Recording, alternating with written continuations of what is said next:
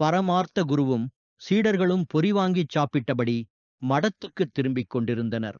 அப்போது பக்கத்துத் தெருவில் தெருக்கூத்து ஒன்று நடக்க இருந்தது.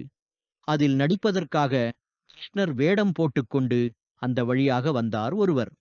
அவரைப் பார்த்த சீடர்கள் நிஜமான கிருஷ்ணர்தான் வருகிறார் என்று நம்பினார்கள். அதோ பாருங்கள் குருதேவா, கிருஷ்ண பரமாத் வருகிறார் என்று குதித்தான் மட்டி.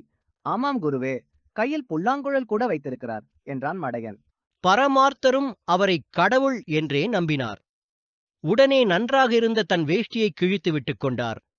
சீடர்களே, நீங்களும் உங்கள் துணிகளை இதேபோல் கிழித்துக் கொள்ளுங்கள் என்றார் பரமார்த்தர். புது துணிகளை கிழிப்பதா? ஏன் குருவே என்று கேட்டான் முட்டாள். புத்தி கெட்டவனே, ஏன் என்று கேட்காதே, சீக்கிரம் கிழி, அப்போதுதான் நாம் ஏழைகள் என்று அவர் நம்புவார் என ஆணையிட்டார் பரமார்த்த குரு. சீடர்கள் ஐவரும் குருவின் கட்டளைப்படி கட்டியிருந்த வேட்டிகளை கிழித்து கந்தல் கந்தலாக ஆக்கினார்கள். உடனே பரமார்த்தர் வேகமாகச் சென்று கிருஷ்ணர் வேடம் போட்டவர் காலில் விழுந்து வணங்கினார். பாஞ்சாலிக்கு புடவை கொடுத்து மானம் காத்த கிருஷ்ணா, அதேபோல் நீதான் எங்களுக்கும் ஆளுக்கு ஒரு புடவை கொடுத்து எங்கள் மானத்தை காப்பாற்ற வேண்டும் என்று வேண்டினார் பரமார்த்தர். குருவே, நமக்கு எதற்கு புடவை என்று கேட்டான் மண்டு. அதானே, நமக்கு வேட்டி அல்லவா தேவை என்றான் மூடன். கார்மேக கண்ணா, இந்தா பொறி, உன் இஷ்டம் போல் கொறி என்றபடி கொஞ்சம் பொரியை தந்தான் மட்டி. கிருஷ்ணர் வேடம் போட்டவருக்கோ ஒன்றும் புரியவில்லை. நான் கடவுள் இல்லை, எனக்கு நேரமாகிறது, என்னை போக விடுங்கள் என்றார். கண்ணபெருமானே, எங்களை ஏமாற்ற நினைக்காதீர்கள் எனக் கெஞ்சினான் முட்டாள். கண்ணா, அன்று குசேலர் கொடுத்த அவலை மட்டும் சாப்பிட்ட நீ இந்த ஏழை பரமார்த்தர் தரும் பொரியைச் சாப்பிடத் தயங்குவது ஏன் என்றார் குரு. கோபாலா கோவிந்தா, தயவு செய்து கொஞ்சம் பொரியையாவது சாப்பிடு என்றான் மடையன். பொரியைச் சாப்பிடாவிட்டால் விடமாட்டார்கள் என்று நினைத்து கொஞ்சம் பொரியைச் சாப்பிட்டார் தெருக்கூத்து நடிகர். பொரி கொடுத்ததற்கு நன்றி, நான் போய் வருகிறேன் என்று நகரத் தொடங்கினார் நடிகர்.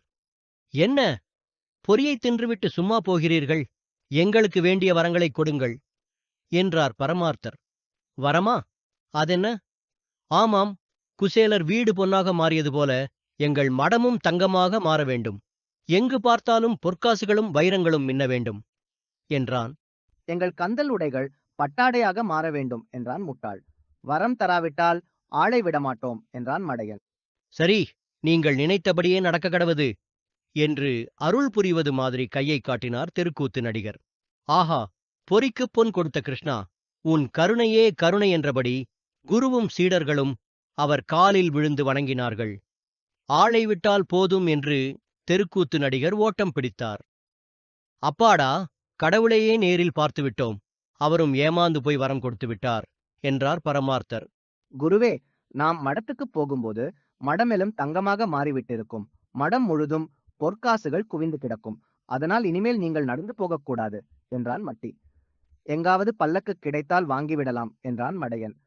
போகும் வழியில் ஒருவன் பாடை கட்டி கொண்டிருந்தான். அதைக் கண்ட முட்டாள், குருவே, இதோ பாருங்கள் பூப்பல்லக்கு, இதையே விலைக்கு வாங்கிவிடலாம் என்றான் மடையன். பாடை கட்டியவனிடம் சென்ற மட்டி, இந்த பல்லக்கு என்ன விலை என்று விசாரித்தான். இது பல்லக்கு இல்லை என்றான் பாடை கட்டியவன். நாங்கள் ஒன்றும் ஏமாளிகள் அல்ல, இது பல்லக்கேதான், உனக்கு வேண்டிய பணம் தருகிறோம் என்றான் மடையன். சீடர்களின் தொல்லையை பொறுக்காமல், நான் வேறு ஒன்று செய்து கொள்கிறேன், நீங்கள் இதை எடுத்துக் கொள்ளுங்கள் என்றான் அவன். பரமார்த்தரும் மகிழ்ச்சியோடு பாடையில் ஏறி அமர்ந்து கொண்டார். இருட்டத் தொடங்கியதும் முட்டாள் கொல்லிக்கட்டையை தூக்கியபடி முன்னே நடந்தான். மற்ற சீடர்கள் பாடையை தூக்கி வந்தனர். சிறிது தூரம் வந்ததும் ஒரே தாகமாக இருக்கிறது என்றபடி பாடையை இறக்கி வைத்தார்கள் சீடர்கள். 5 பேரும் தண்ணீரை தேடிச் சென்றபோது பரமார்த்தர் விழித்துக் கொண்டார். என்ன, யாரையுமே காணோம் என்றபடி சீடர்களைத் தேடி வேறு பக்கம் சென்றார். அப்போது அந்த வழியாக வந்த நாய் ஒன்று பாடையில் ஏறி படுத்துக்கொண்டது. திரும்பி வந்த சீடர்களோ எதையும் கவனிக்காமல் பழையபடி பாடையை தூக்கிக் கொண்டு புறப்பட்டனர். மடத்தை நெருங்கியதும் நாய் விழித்துக் கொண்டது. லொள் வள் என்று குரைத்தது. அவ்வளவுதான். பாடையை தொப் என்று கீழே போட்ட சீடர்கள், ஐயையோ, இதென்ன அதிசயம், நம் குரு நாயாக மாறி இருக்கிறாரே என அலறினார்கள். அந்த கிருஷ்ண கடவுள்தான் ஏதோ மந்திரம் போட்டு விட்டார் என்றான் முட்டாள். நம் மடம் கூட தங்கமாக மாறாமல் பழையபடி அப்படியே இருக்கிறதே என்று துக்கப்பட்டான் மண்டு. அப்போது இருட்டில் விழுந்தடித்து ஓடி வந்த பரமார்த்தர், புத்திகெட்ட சீடர்களே, என்னை பாதி வழியிலேயே விட்டுவிட்டு வந்து விட்டீர்களே எனத் திட்டினார்.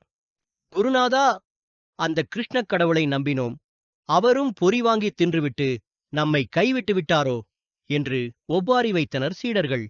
பரமார்த்தரும் சீடர்களும் சேர்ந்து கொண்டு புலம்பினார். தொடர்ந்து கதையை கேட்க எங்களை பின்தொடரவும்